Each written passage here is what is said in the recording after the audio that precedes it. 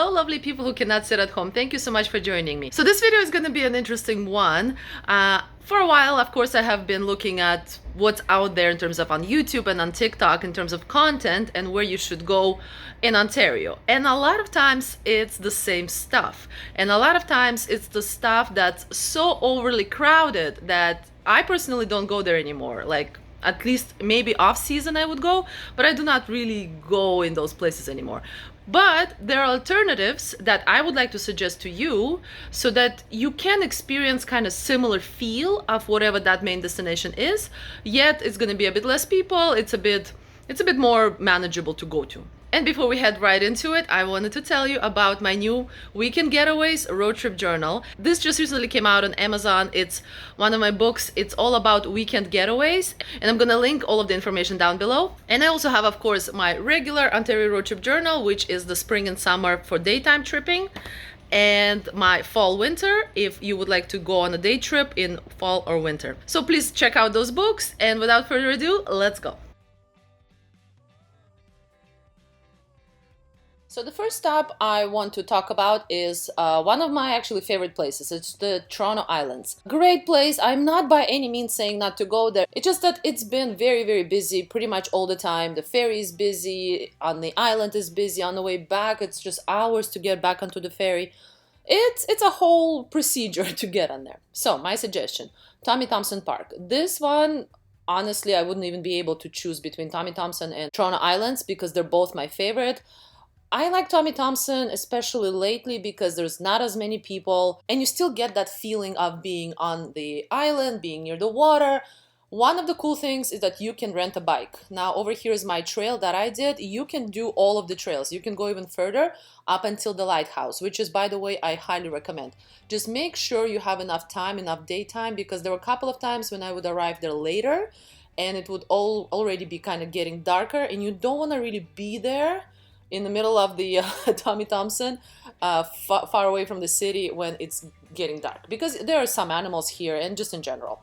So anyway, love Tommy Thompson. It's definitely not as beachy. You don't have a beach here because it's pretty dangerous to swim in there, but it's very raw. Over here I stumbled upon insane amount of birds migrating, or they got scared, I don't know. It wasn't me, I swear. And it was really cool to see. Over here is some kind of art installation slash home set up. I don't know what was happening there, but it seems like there's always something new in there because, of course, this island is man-made. There's a lot of all of these things are just like bricks from the construction sites. The bike costs, I want to say I always pay about $14 for about 2 hours, roughly in that area. So there's also a marina nearby, and these cool sparrows nests are they're pretty much right at the beginning where you get the bikes, so just watch out for that when you get the bikes. Very cool, very adorable. They kind of fly around. They're there pretty much most of the summer, as far as I know. So definitely that is my suggestion to you. If you haven't been, or if you have been, explore Tommy Thompson Park. Up next, we have Casa Loma. So Casa Loma, very well known, really gorgeous. My thing with Casa Loma is that to go anywhere near it, you have to pay, and it's not exactly cheap. Even though it is a beautiful icon of the city, my suggestion is Spadina House, which is literally next door. It's like literally next to it. Not a lot of people know about this. I actually didn't know about this. It's essentially a beautiful mansion. It's not as grandiose as Casa Loma, but it's still beautiful grounds. You can walk around. Here's the front of it. They are closed Monday and Tuesday, and I think they're from 11 to 5 p.m. But always make sure for the hours, go online and make sure that that is still the case. Usually I go there on the weekends. Beautiful grounds. People do picnics here. People walk around here. They also, if you want to go inside, you can go inside. I don't think it's a very expensive fee. I think it's about $10 to go in and do like a little bit of a tour, but I think you need to pre-book. Here's the back of the house. In the area, they have beautiful garden, so it's gorgeous, of course, in the summertime. Lots of flowers, and they like have a number of vegetables, but I also absolutely love being here in the fall time. If you ever can, go here in the fall time. The trees are gorgeous. They have these like bright red trees and their maples. It was breathtaking. And here are the open hours and the website where you can just confirm that that is the case for the open hours. But the entry is free. So up next, the third place I want to talk to you about is Distillery District. Again, one of my favorite places. I love distillery. It's really great to walk around. But of course, it's extremely busy. It's extremely popular. In terms of food, it takes forever to get anything in there. So even though as much as I love distillery, let's think where else we can go. So my suggestion is Creemore, Ontario. It is pretty far. It is about an hour and a half drive from Toronto, but it is so adorable. So over here, I'm just showing you where it is. It is very adorable. It doesn't look like much from up here up top, but trust me, it is very adorable. There are a good amount of places. There's, of course, restaurant because it's known for the Creemore beer that, as I understand, originated there. They have a bank cafe that's absolutely amazing. They have like a lavender lemonade and really amazing carrot cakes. And another thing about Creemore, there's a lot of home decor stores that are really like kind of higher end, really pretty. If you're into kind of home decor look, highly, highly recommend. And the best to go on Saturday because most of the places are open. Sunday, some of the places do close.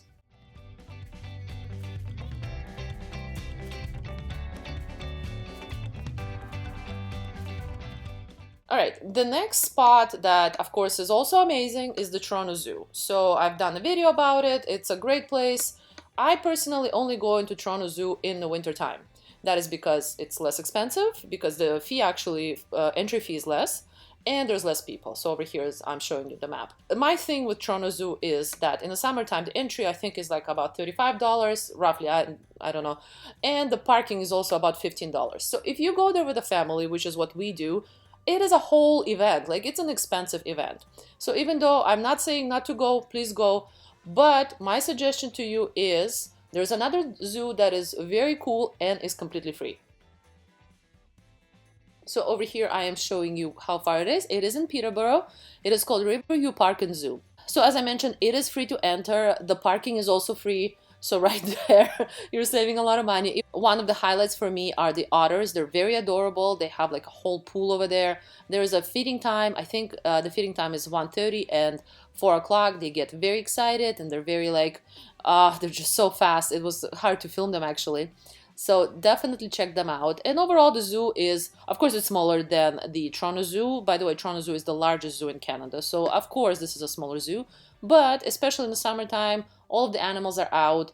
They also have a water park, and they also have like a whole area for kids to play. They have, benches for people to just sit and eat if you would like to bring some food. And they also, I think, have like a snack bar or sort of some kind of food station as well. So pretty good system in terms of how to spend a day.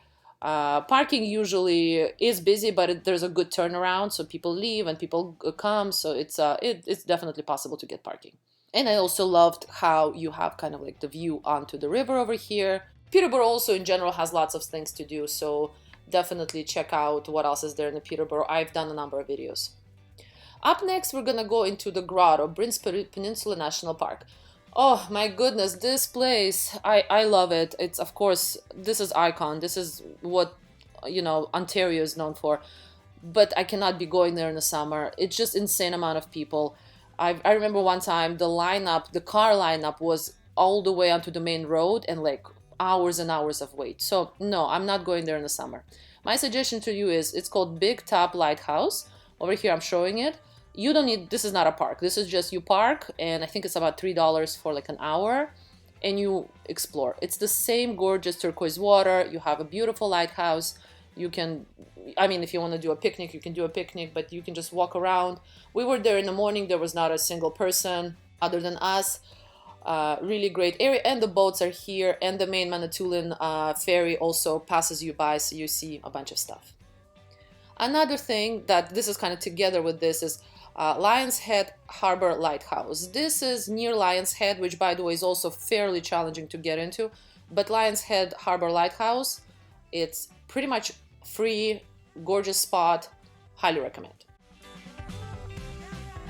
All right, going on to Sandbanks, which is our next really very popular place that everybody seems to go in the summer. I've never been, because anytime I go there, and trust me, I've tried, it's sold out or the lineup is ridiculous. So I don't know, maybe it's great. I don't know, I could never get in. So here are some of the photos from Sandbanks.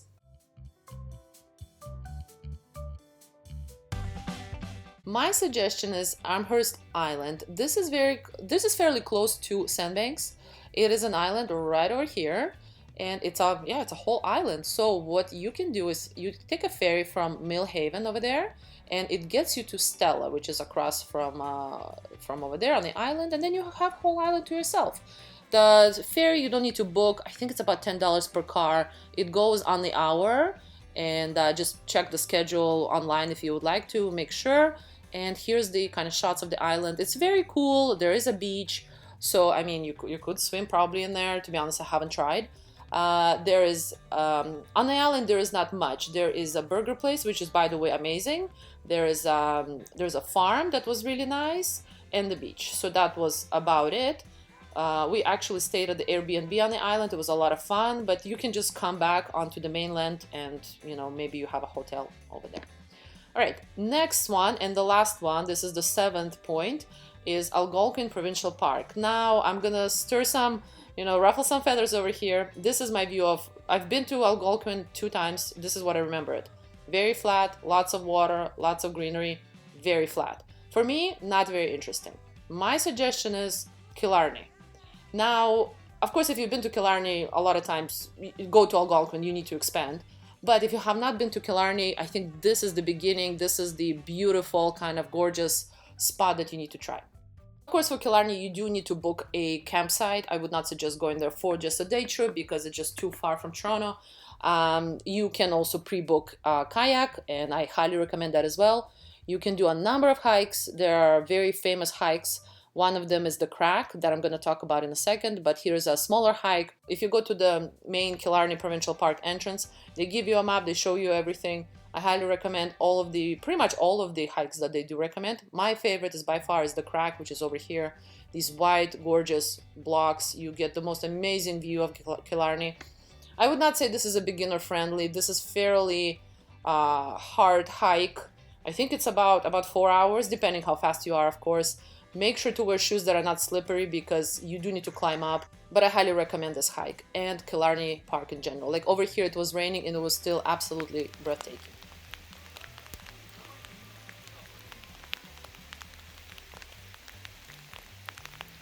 I hope you enjoyed these suggestions. Please tell me down below if, well, first of all, what you thought about these. Second of all, if you have any other destinations that everybody goes to, but they're actually cooler alternatives.